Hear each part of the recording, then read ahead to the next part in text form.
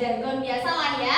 Semangat pagi, pagi, pagi, pagi, luar biasa, tetap semangat, Allahu Akbar.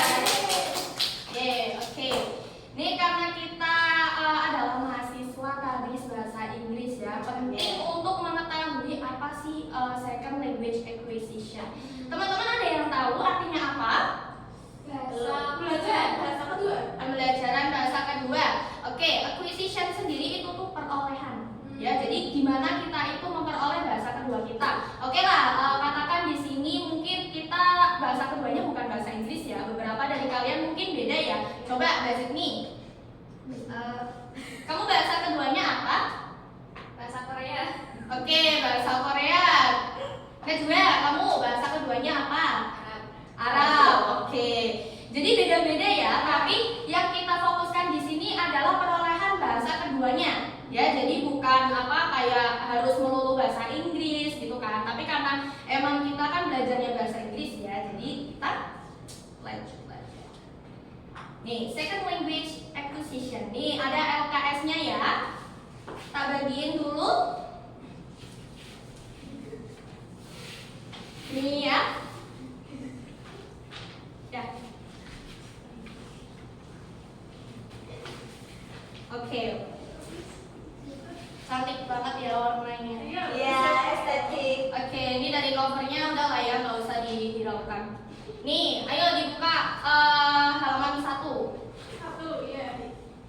Oke, jadi ini ada kayak materi pembelajarannya ya. Nih, jadi ada beberapa faktor yang mempengaruhi seseorang itu sukses untuk memperoleh second language mereka. Ya, ini ada beberapa faktor ya. Ini ada language aptitude, ya, terus juga motivation dan juga learning strategies. Oke, coba teman-teman, nih yang language aptitude ada berapa? 1, 2, 3, 4. Nah, coba bisa disebutkan satu persatu dulu ya. Nanti saya jelaskan dulu satu-satu. Yang pertama, yang poin A, Phonemic awareness. Oke, phonemic awareness. Jadi kita kan sudah mendapatkan mata kuliah fonetik, fonologi, pronunciation ya di semester 2. Oke, jadi phonemic ini kita ini bisa untuk membedakan cara membaca antara sing ataupun sing. Atau misal kayak bahasa Inggrisnya kapal itu apa? Ship. Nggak panjang ya. Tapi kalau misalnya domba atau kambing, domba. Sheep. Nah, gitu. Nah, itu adalah phonemic awareness. Jadi, tadi language aptitude dulu ya. Language aptitude itu adalah kayak bakat seseorang dalam berbahasa itu. Nah, itu salah satunya itu phonemic awareness. Terus yang kedua yang B, grammatical sensitivity. Jadi dia ini adalah kemampuan yang bisa untuk mengobservasi ataupun juga memahami sebuah struktur kalimat.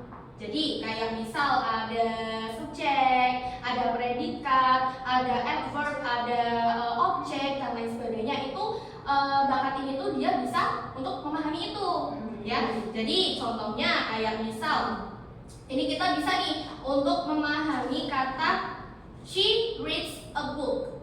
She reads a book. Coba yang subjeknya yang mana? She. Yang verbnya yang mana? Reads. Yang objeknya yang mana? A book. Nah, berarti kalian punya aptitude itu atau bakat itu. Yeay.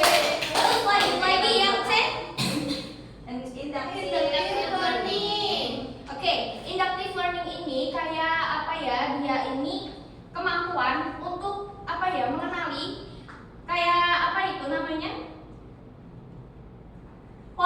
sebuah pola di bahasa. Jadi kayak misal nih, kalian tahu preposisi atau preposition kata depan. Kata depan kayak misal to, from dan lain sebagainya. Nah, itu kita bisa membedakan itu. Kayak misal saya pergi ke sekolah. Nah, ke di sini. Ya, itu kan emang udah polanya dari sana ya. Kalau misalnya A I go ya to. Iya. Bukan with atau bukan apa gitu kalau misalnya ke sekolah, ke sebuah tempat.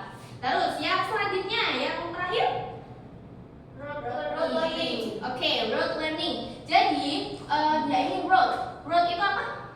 Rotasi.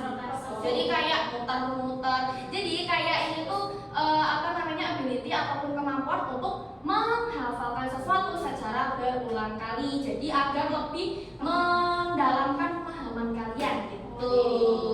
Terus yang selanjutnya nomor 2 ini ada apa? Motivation. Motivation. Ada berapa motivasi? Yes. Ada 4. Ada 4. Yang pertama coba disebutin satu-satu. Instrumental motivation. Oke, instrumental motivation. Jadi ini motivasi kalau misalnya teman-teman itu belajar sebuah bahasa untuk kayak masuk perguruan tinggi, pokoknya untuk apa ya, suatu tujuan akademik. Misal ya, kayak misalnya ataupun lulus ujian TOEFL, agar lulus apa ujian TOEFL ini tuh skornya misal 700 gitu ya. Wow. Gitu misalnya ya. Misalnya. Terus yang ke B. Integrative motivation. Oke, integrative motivation. Jadi ini tuh kayak misal kalian itu termotivasi nih belajar suatu bahasa baru dengan kalian itu mencintai budayanya. Budaya dari negara tersebut. Misal kalian suka apa nih yang dari luar negeri? Korea. Korea, yes, of course. Kalau misalnya cewek itu kebanyakan suka Korea. Nah, kalian ada gak sih kayak minat mau mempelajari bahasa Korea? Minat. Misal kalau dulu mungkin minat ya, karena emang apa kayak kita interest gitu loh, mau iya kan, mau apa namanya nonton series tanpa subtitle misalnya gitu biasanya ya, kayak gitulah intinya. Terus yang ketiga, Intrinsic motivation. oke, intrinsic motivation. Intrinsic itu berarti ada di dalam diri kita. Jadi ya udah kita belajar bahasa Inggris tuh ya karena emang semata-mata kita itu suka, kita itu kayak bahasa Inggris tuh kok kayak unik gitu loh. Nah gitu, pokoknya dari bahasa Inggrisnya sendiri ataupun bahasa lain deh ya, kalian itu emang suka dari bahasanya sendiri tersebut gitu. Terus yang ke D, Resultative motivation. oke, resultative motivation dari katanya sendiri ya, result. Jadi dari hasil. Jadi misalnya kayak gini nih, kalian itu termotivasi kalau misalnya nih nilai bahasa Jawa deh, bahasa Jawa ya, kita ganti bahasa Jawa. Bahasa Jawa kalian itu lebih tinggi daripada bahasa Indonesia kalian. Nah, lewat dari situ kalian itu jadi makin tertarik nih sama bahasa Jawa. Gitu.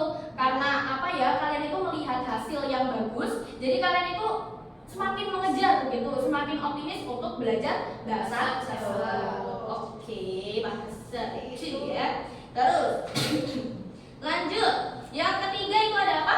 Learning strategy. Learning strategy. Jadi ini apa, strategi pembelajaran ya. Jadi apa ya, kayak cara untuk belajar bahasa kedua lah ya. Yang pertama ini ada apa?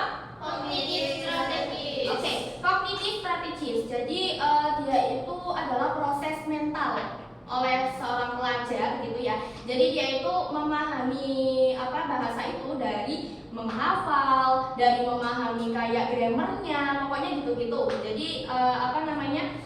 Dia menghafalkan informasi gitu, mendapat informasi lalu di-produce gitu. Ya, jadi kayak itulah. Jadi contohnya kayak misalnya menghafal vocabulary. Yes.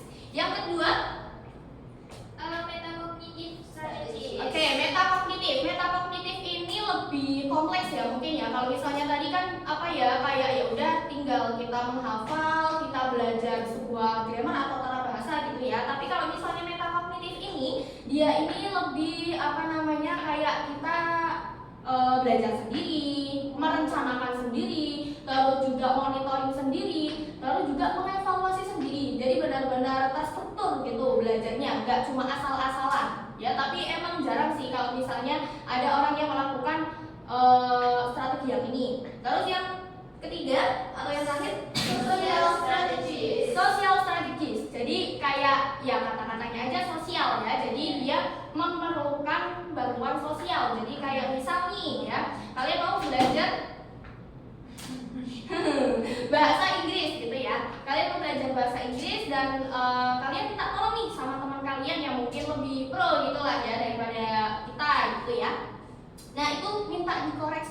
kira-kira pas kita ngomong sesuatu dalam bahasa Inggris itu tuh ada yang perlu dievaluasi nggak, ada yang perlu dikoreksi nggak gitu. Jadi ada kayak komunikasinya gitu loh antara dua pihak karena sosial ya. Terus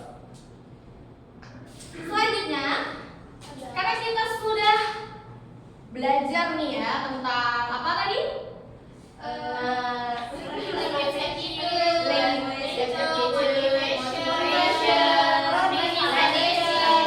Oke, jadi selanjutnya kita memasuki sesi yang sangat menyenangkan, yaitu mengerjakan pilihan ganda.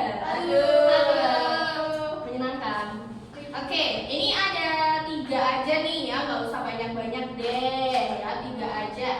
Coba bisa minta tolong dibacain soalnya. Yang nomor 1. Ya. Mau aku. Iya. Ya. Number 1 is the ability to naturally recognize language patterns is called. Oke. Jadi artinya ini tuh kayak kemampuan apa ya, natural seseorang untuk mengenali pola bahasa. Nah, itu apa nih kira-kira teman-teman? Jawab bareng-bareng. 1, 2, 3. Inductive learning. Oke, benar. Tepuk tangan dulu. Oke. Inductive learning. Karena fonemik itu tadi apa untuk pengucapan ataupun pronunciation gitu ya. Kalau misalnya dia grammatical itu lebih ke apa namanya mengetahui kayak subjek, predikat dan lain sebagainya. Kalau rote learning itu menghafal secara terus-menerus. Kalau yang kedua, oke, boleh sini. Motivation driven by an interest in a country's culture is called. Oke, jadi ini maksudnya motivasi ini dari apa Budaya. culture atau budaya Ya. sebuah negara lain gitu ya. Ya. Itu apa gitu ya? Coba dijawab bareng-bareng. 1, 2, 3. Integrative motivation. Oke, benar lagi. Integrative motivation. Oke, jadi kalau misalnya instrumental tadi kan untuk memasuki kayak misal kuliah gitu ya, ada school gitu ya, ada tujuan tertentu. Kalau intrinsic itu dari diri sendiri. Kalau kognitif itu kognitif strategis ya, beda lagi pembahasannya. Kalau ini masuknya ke learning strategis bukan yang motivation. Oke, yang terakhir. Oke, boleh. An example of a social learning strategy is. Oke, jadi ini social learning ya. Jadi yang sosialisasi, yang berkomunikasi. Berarti apa nih teman-teman? Coba dijawab bareng-bareng. 1, 2, 3. Creating structural strategy. Benar? Asking over grammar. Walaupun ada perdebatan sedikit ya, tapi diingat-ingat kalau social learning strategy itu membutuhkan komunikasi di antara 2 orang ataupun 3 orang gitu. Jadi nggak melulu kayak apa namanya merencanakan jadwal ataupun juga menonton video dan lain sebagainya. Terus selanjutnya ini ada studi kasus. Karena kalian kan udah mahasiswa ya, nggak yang anak kecil mulu. Jadi ini untuk melatih critical thinking kalian dan juga pemahaman kalian terhadap materi pada kali ini. Yuk, ini yang studi kasus pertama tak bacain ya. Nanti kalian bisa invent boleh deh. Yang ini 2, yang ini 3. Ya, gitu aja. Oke, yang satu ini 1, case tadi 1, kalau yang ini 2. Oke? Alamak. Semangat. Ini gampang kok. Studi kasusnya nggak yang susah-susah banget ya.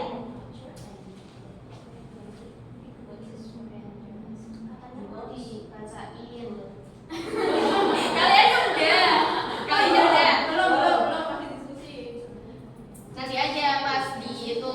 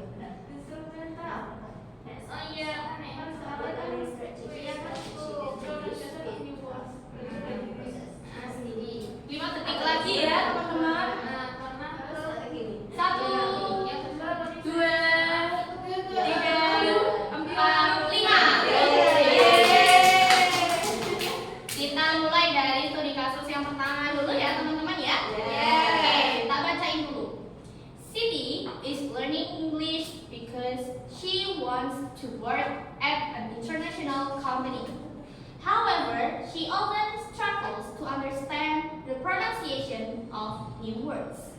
What type of motivation Kak Siti have? Instrumental. Oke, karena karena ada tujuan. ya dia ingin bekerja gitu ya. Oke, what learning strategy would help her? Cognitive. Karena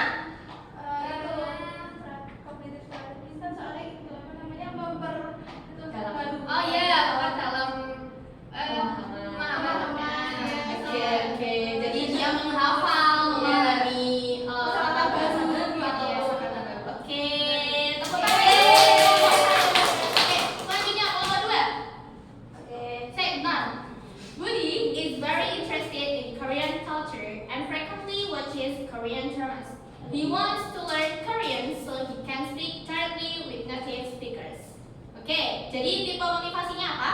Integratif karena Mencintai budaya Korea. ya betul sekali. Terus selanjutnya mau apa strategi pembelajaran yang mungkin dia lakukan? Kognitif boleh. Sebenarnya kalau misalnya untuk strategi itu lebih ke subjektif ya, karena tergantung dirinya sendiri, budinya gimana, sininya gimana, dia mau kognitif, mau meta ataupun mau sosial. Oke. Terima kasih partisipasinya.